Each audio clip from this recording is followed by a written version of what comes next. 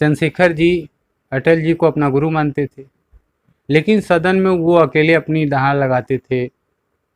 तो आप चंद्रशेखर जी के शिष्य हैं और आप भारतीय जनता पार्टी को लेके सोशल मीडिया में एक खबर है कि आपको भारतीय जनता पार्टी से निष्कासित एमएलसी चुने जाने पर पार्टी की तरफ से आपको बधाई। नहीं, न बधाई है न कोई बात नहीं। क्या आपको लगता है कि समाजवादी विचारधारा धीरे धीरे राष्ट्रवादी विचारधारा की आगोश में आ रही है? आजमगढ़ में श्री चंद्रशेखर जी स्मारक ट्रस्ट रामपुर जहानागंज पर भारत के प्रथम समाजवादी प्रधानमंत्री स्वर्गीय चंद्रशेखर की 96वीं जयंती मनाई गई। इस अवसर पर चंद्रशेखर के शिष्य भारतीय जनता पार्टी के वरिष्ठ नेता उत्तर प्रदेश विधान परिषद के सदस्य व पूर्व मंत्री यशवंत सिंह ने चंद्रशेखर के लोगों और समर्थकों के साथ उनकी आदमकद प्रतिमा पर माल्यार्पण कर उनके चरणों में श्रद्धा सुमन समर्पित किया। इस अवसर पर श्री चंद्रशेखर जी स्मारक ट्रस्ट की अध्यक्षा प्रेमवदा सिंह, नवनिर्वाचित एमएलसी विक्रांत सिंह रिसू सहित ट्रस्ट के पदाधिकारी सहित अनेकों लोग उपस्थित थे। तो आइए सुनते हैं क्या कहा चंद्रशेखर शिष्य भाजपा नेता यशवंत सिंह ने। चंद्रशेखर जी देश के ऐसे अभूतपूर्व प्रधानमंत्री थे कि उनको केवल 4 महीने का कार्यकाल मिला, लेकिन देश की समस्याओं को पदयात्रा के माध्यम से जन जन तक उन्होंने जो जानकारी प्राप्त की थी और जिस तरीके से समस्याओं का समाधान किया था, उससे देश के सारे लोगों की मान्यता यह है कि अगर 5 वर्ष का कार्यकाल उनको मिला होता तो दुनिया के सबसे बेहतर प्रधानमंत्री के रूप में जाने जाते। चंद्रशेखर जी ने अपने पूरे जीवन में देश के लिए कुछ भी करने को तैयार थे, अपनी भी कुर्बानी, अपने दल की भी कुर्बानी देने को तैयार रहा करते थे। वह इनका गुण सबको स्वीकार था। आज देश के प्रधानमंत्री श्री नरेंद्र मोदी और प्रदेश के मुख्यमंत्री श्री योगी आदित्यनाथ देशभक्ति के और देश के लिए जितना सोच रहे हैं और काम कर रहे हैं, इन्हीं चीज़ों से प्रभावित होकर हम लोग भी भारतीय जनता पार्टी के लिए काम करते हैं। चंद्रशेखर जी ने जो काम किया है, हमारे देश की नई पीढ़ी उसे इस जयंती के अवसर पर सीखेगी और देश के लिए सब कुछ करने का संकल्प लेती है। इन्हीं भावनाओं के साथ हम लोग आज चंद्रशेखर जी की जयंती को याद करते हैं। चंद्रशेखर जी अमर रहे, अमर रहे। चंद्रशेखर जी अमर रहे, अमर रहे। जब तक सूरज चांद रहेगा, जब तक सूरज चांद रहेगा, चंद्रशेखर जी अमर रहे, अमर रहे। नमस्कार, आप देख रहे हैं जनहित इंडिया और इस समय हम आजमगढ़ में हैं और आजमगढ़ में आज हम बात करेंगे चंद्रशेखर जी के 96वीं जयंती पर। और हमारे साथ हैं पूर्वांचल के सियासत में एक तगड़ी पकड़ रखने वाले और चंद्रशेखर जी के शिष्य यशवंत सिंह जी, और इनसे हम सीधे बात करते हैं कि आज चंद्रशेखर जी के 96वीं जयंती पे आप क्या संदेश देना चाहेंगे? चंद्रशेखर जी का जो जीवन है वह देश के लिए समर्पित था। गांव-गांव जन जन की समस्या को जानते थे। देश के प्रधानमंत्री के रूप में भी उन्होंने जो फैसले लिए वो बहुत ही सराहनीय फैसले थे। और जब कोई व्यक्ति देश की सेवा करना चाहता है तो वो चंद्रशेखर जी के पद चिन्हों पर चलकर सबसे बेहतर सेवा कर सकता है। यही युवाओं को प्रेरणा देने का अवसर है जयंती के दिन।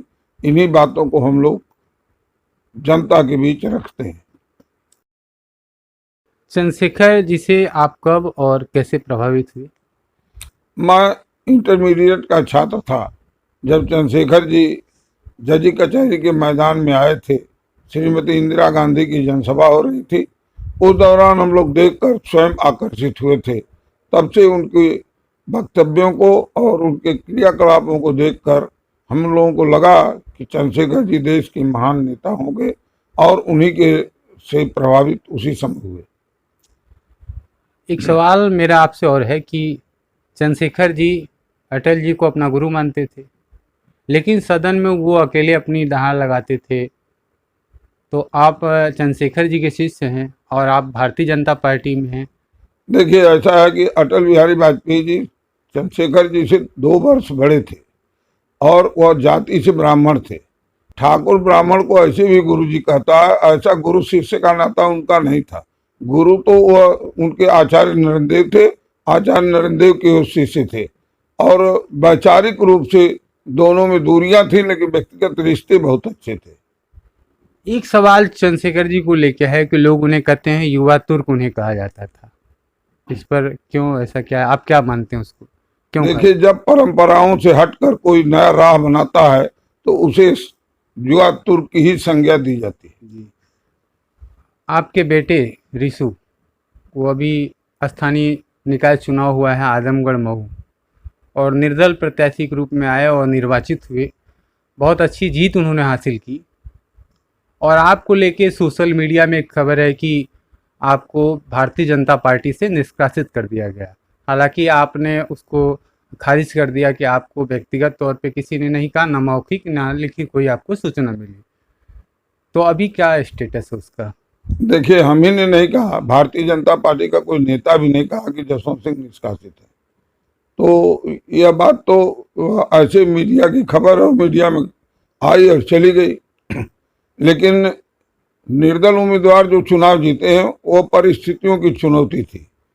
इस जनपद की और मऊ जनपद की जनता और सम्मानित जनप्रतिनिधियों ने इस बात को महसूस किया कि जो उम्मीदवारों की घोषणा की गई है वह उनको अपमानित किया जा रहा है और इसी को अपने सम्मान और स्वाभिमान से जोड़कर निर्दल उम्मीदवार को चुनाव में विजयी बनाए हैं और कोई विशेष बात नहीं है।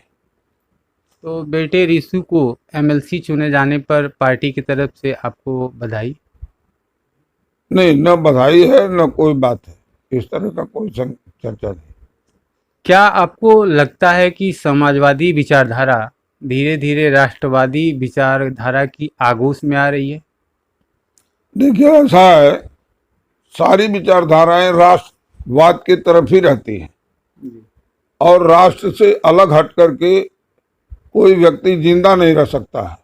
जिंदा मतलब जीवन के हिसाब से हम नहीं कह रहे हैं, सामाजिक मान्यता के हिसाब से उससे लोग प्रेम नहीं रखते हैं और उससे तिरस्कार की भावना पैदा होने लगती है। तो राष्ट्र प्रेम तो हमारी प्रेरणा है और राष्ट्र प्रेम के अतिरिक्त हमारा कोई जीवन नहीं है। हम भारत को भारत माँ समझते हैं और इस मातृभूमि के लिए सीमा पर खड़ा होकर सीने में गोली खाते हैं। तो यह तो हर व्यक्ति के जन जन में है। रही बात जो विचारधाराओं की थी वो थोड़ा परिवारवाद की तरफ जाने की वजह से और भ्रष्टाचार के आकंठ में डूबने की वजह से समाजवाद का नुकसान हुआ है। लेकिन जो भी व्यक्ति राष्ट्र के प्रति समर्पित होगा, देश उसका सम्मान करता है। नेताजी सुभाष चंद्र बोस हों, लाल बहादुर शास्त्री हों, देश में महात्मा गांधी हों, चंद्रशेखर जी हों, अटल बिहारी वाजपेयी हों, दीनदयाल उपाध्याय हों, जिन लोगों ने भी समाज में और देश के लिए काम किया है उसको देश ने सराहा है और उसी के पीछे देश चला है। नरेंद्र मोदी और योगी दोनों देश के लिए बढ़ चढ़कर काम कर रहे हैं। इसलिए जो भी राष्ट्र प्रेम करते हैं, चाहे वो कम्युनिस्ट होंगे, समाजवादी होंगे, जो भी लोक दली होंगे, जनता दली होंगे, सब उसको पसंद करेंगे। इसीलिए भारतीय जनता पार्टी आज उत्तरोत्तर बढ़ोतरी कर रही है कि वह राष्ट्र और देश के लिए काम कर रही है। बहुत बहुत धन्यवाद। जनहित इंडिया से बात करने के लिए बहुत बहुत धन्यवाद और बेटे की जीत की आपको ढेर सारी बधाइयाँ, बहुत बहुत शुभकामनाएं। धन्यवाद।